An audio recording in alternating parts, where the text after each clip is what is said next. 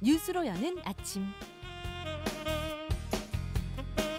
자, 뉴스로 여는 아침 방송인 조현정 씨와 함께합니다. 어서 오세요. 네, 안녕하세요. 오늘 조간신문을 보니까 야구장 사진이 쫙 깔렸더라고요. 네. 야구 소식으로 시작하죠? 네, 많은 분들이 기다리시던 2019 프로야구가 개막을 했죠. 개막 이틀째인 어제는 잠실구장이 매진되는 등 전국 5개 구장에 10만 300여 명이 입장했습니다. 예. 이틀 연속 이렇게 10만 관중이 들어선 건 국내 프로야구 역사상 처음인데요.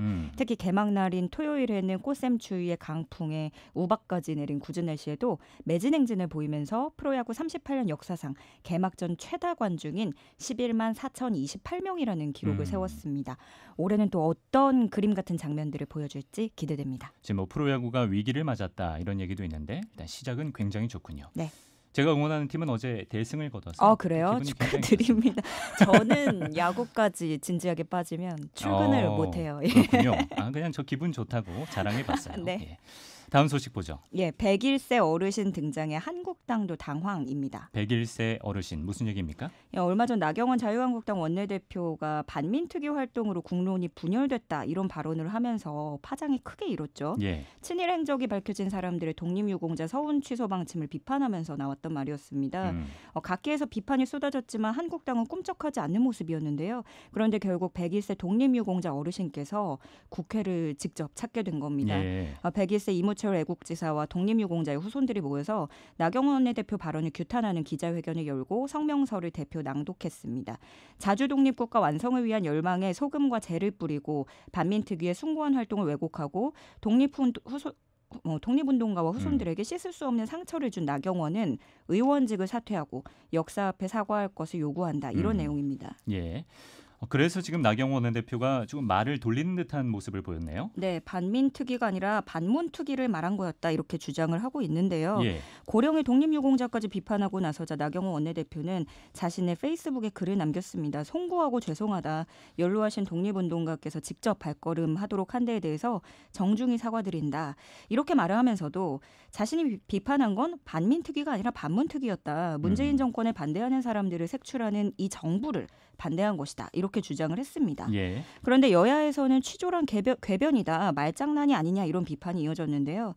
특히 나 원내대표가 예전에 BBK 파동 당시에 주어가 없다 이런 말을 했던 일까지 다시금 끌어올려지면서 BBK가 이명박 전 대통령의 소유가 아니다 이런 취지였죠. 예. 주어가 없기 때문에 이거를 뭐 특정할 수 없다 이런 말을 했던 게 끌어올려지면서 비유가 되고 있는 건데요. 예. 또 101세 이무철 어르신 역시 진정성이 없는 사과로 여겨진다면서 상처 입은 뜻을 굽히지 않은 것으로 전해집니다. 누리꾼들은 당시 그 발언할 때 반민특위 앞에 분명히 해방 이후라고 말을 했던 걸 기억한다. 차라리 한국말이 서투르다고 하는 건 어떠신지 뭐 이런 댓글들 남기고 있습니다. 예. 다음 뉴스 보죠. 온라인 갑론을박 소식인데요. 문재인 대통령이 지난 22일에 대구 칠성 종합시장을 방문했었죠. 예. 당시 청와대 경호관이 기관단총을 노출한 모습을 두고 하태경 바른미래당 의원이 섬뜩하고 충격적이다. 시민들이 테러리스트냐 이런 비판을 했습니다.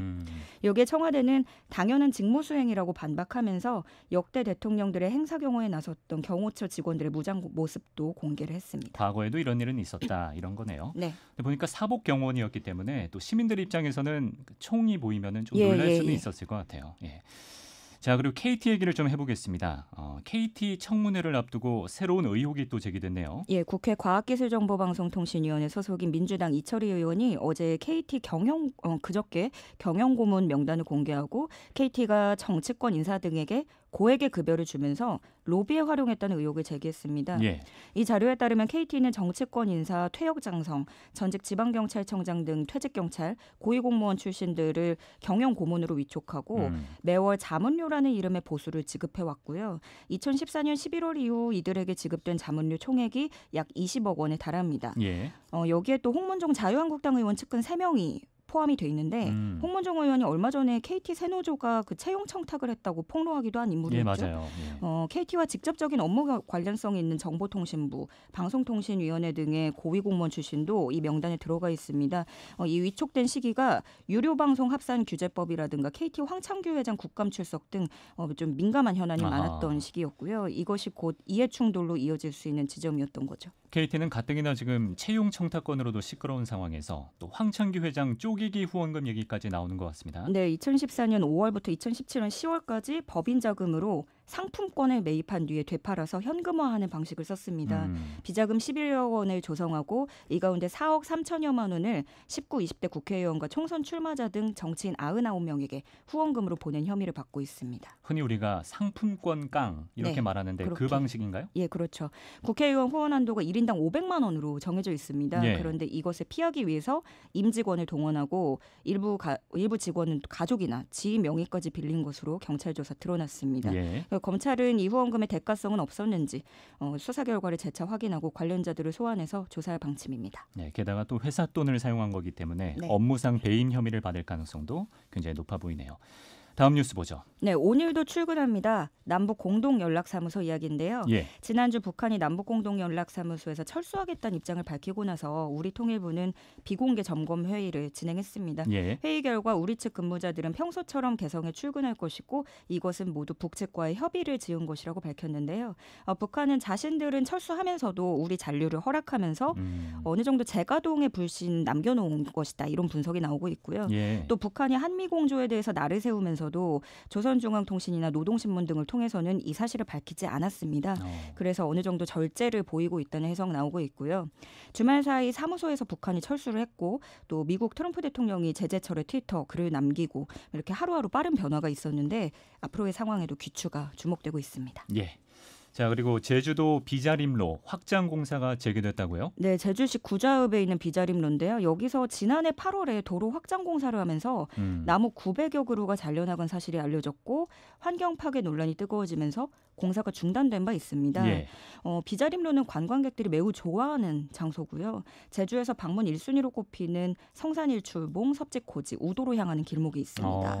관광객이 늘어나고 또 상주하는 인구들이 늘어나면서 그것에 대응하기 위해서 제주도가 내놓은 방책이 도로 확장이었습니다. 예. 그러다가 반대 여론에 막혔고 이번에 공사를 다시 하게 된 건데 제주도는 설계 변경을 통해서 벌채 구역을 당초 계획보다 절반 이상 축소한 개선책을 내놨지만 여전히 추가적인 삼나무 벌채가 불가피하기 때문에 논란이 재점화되고 있습니다. 네, 뭐 시의 입장도 있겠지만 20초 먼저 가려고 30년 된 나무를 네네. 베어내느냐 또 이런 여론들이 많더라고요.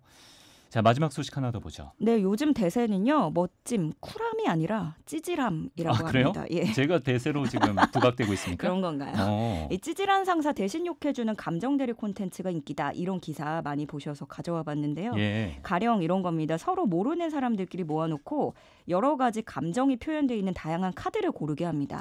그래서 그것과 관련된 이런 자신의 속마음을 풀어내도록 마련을 해주는 거죠. 네. 이렇게 스트레스 분출 프로그램이 인기를 끌고 있고요. 또 카카오에 따르면 메신저에서도 정교하게 잘 그려진 그림보다는 허술해 보이지만 감정을 좀 직관적으로 보여주는 이모티콘이 인기라고 합니다. 예. 내용이 뭐 어쩌라고, 머쓱, 아무도 안 물어봤습니다만 뭐 이런 내용들이 인기라고 하는데요. 네. 그러니까 스트레스는 과도해지는데 억누르는 거에만 익숙해진 그런 사람들을 위해서 출판계와 가요계에서도 역시 감정 상태에 맞게 책과 음악을 소개해주는 큐레이션을 내놓고 있다고 합니다. 네, 우리가 또 표현하는 법도 배울 필요가 있는 것 같아요. 강민 씨도 좀 꺼내 보시죠, 이 자리에서. 제가 많이 숨기고 있나요? 이따가 방송 예. 끝나고 제가 두고 보세요. 저희가 비밀 지켜야 다 되네요. 꺼내놓겠습니다, 제가 오늘.